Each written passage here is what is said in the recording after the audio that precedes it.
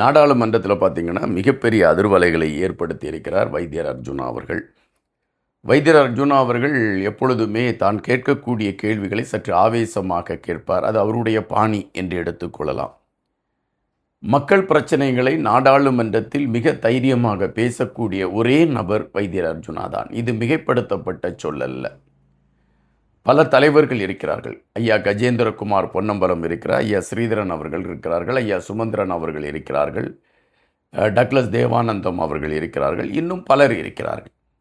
இவர்கள் அனைவருமே நாடாளுமன்றத்தில் தமிழ் மக்களுக்கான பிரச்சனைகளை பேசுவதற்கு அவர்கள் எவ்வித அச்சமும் இல்லாமல் பேசினார்களா என்கின்ற கேள்விகளை வைக்கின்ற பொழுது நாம் கடந்த காலங்களை புரட்டி பார்க்க வேண்டியதிருக்கிறது. அப்படி கடந்த காலங்களை நாம் புரட்டி பார்க்கின்ற பொழுது நமக்கு கிடைக்கக்கூடிய செய்தி ஒன்றாகத்தான் இருக்கின்றது. அத்தனை பேருமே மக்கள் பிரச்சனையை பேசுகிறோம் என்று நாடாளுமன்றத்திற்கு சென்றவர்கள் ஏதோ ஒப்புக்கு பேசிவிட்டு அவர்கள் வந்திருக்கிறார்கள் என்பதுதான் அந்த பதிவு.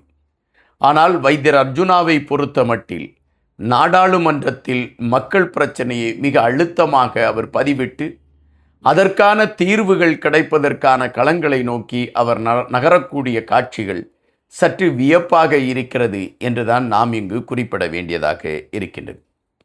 நேற்று கூட நாடாளுமன்றத்தில் வைத்தியர் அர்ஜுனா அவர்கள் பேசியிருந்த களம். நாடாளுமன்றத்தில் வைத்தியர் அர்ஜுனாவுக்கு நேற்று பேசுவதற்கான வாய்ப்பு கிடைக்கின்றது. அப்படி பேசுவதற்கான வாய்ப்பு கிடைத்த பொழுது அவர் சில பிரச்சனைகளை எடுத்து வைக்கிறார்.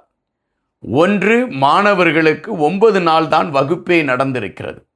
ஆனால் அந்த மாணவர்களுக்கு தேர்தல் என்ற ஒரு களம் உருவாக்கப்பட்டிருக்கிறது. இதை மாற்றி வைப்பதற்கான வாய்ப்புகள் இருக்கிறதா என்பதை குறித்து அதற்கான கலந்தாலோசனைகளை எடுத்துக்கொண்ட வைத்தியர் அது சார்ந்த கருத்துக்களை பதிவிட்டிருந்தார். அதுபோல இன்னொரு விடயத்தை மையப்படுத்திய செய்தியும் நாம் இங்கு பார்க்க வேண்டியதிருக்கிறது. அது என்ன செய்தி என்றால், வைத்தியர் அர்ஜுனாவுடைய அரசியல் களம் அல்லது வைத்தியர் அர்ஜுனா எடுத்து வைக்கக்கூடிய அரசியல் சார்ந்த நகர்வுகள் மக்களுக்கான தீர்வை தருகிறதா என்றால் இன்று நாடாளுமன்றத்தில் அதற்கான ஒரு விளக்கத்தை வைத்தியருடைய பேச்சு எடுத்து வைத்திருக்கிறது. தெல்லிப்பாளையம் மருத்துவமனையில் நடக்கக்கூடிய ஊழல்களை மையப்படுத்தி அவர் எடுத்து வைத்திருக்கக்கூடிய கருத்துகளும், அதுபோல தன்னை நம்பி ஏதோ ஒரு களத்தில் நிற்கக்கூடியவர்கள் அந்த களத்தில் அவர்கள் செயல்பட முடியாமல் தடுக்கக்கூடிய நகர்வுகள் எடுக்கப்படுகின்ற விடயங்களை வைத்தியர் அர்ஜுனா அவர்கள் எதிர்த்து கேட்கக்கூடிய களங்களும் உண்மையிலே ஒரு பரபரப்பை கூட்டக்கூடிய ஒன்றாக இருக்கிறது என்பதுதான் நிஜம். மக்களுக்காக பேசக்கூடியவராக வைத்தியர் அர்ஜுனா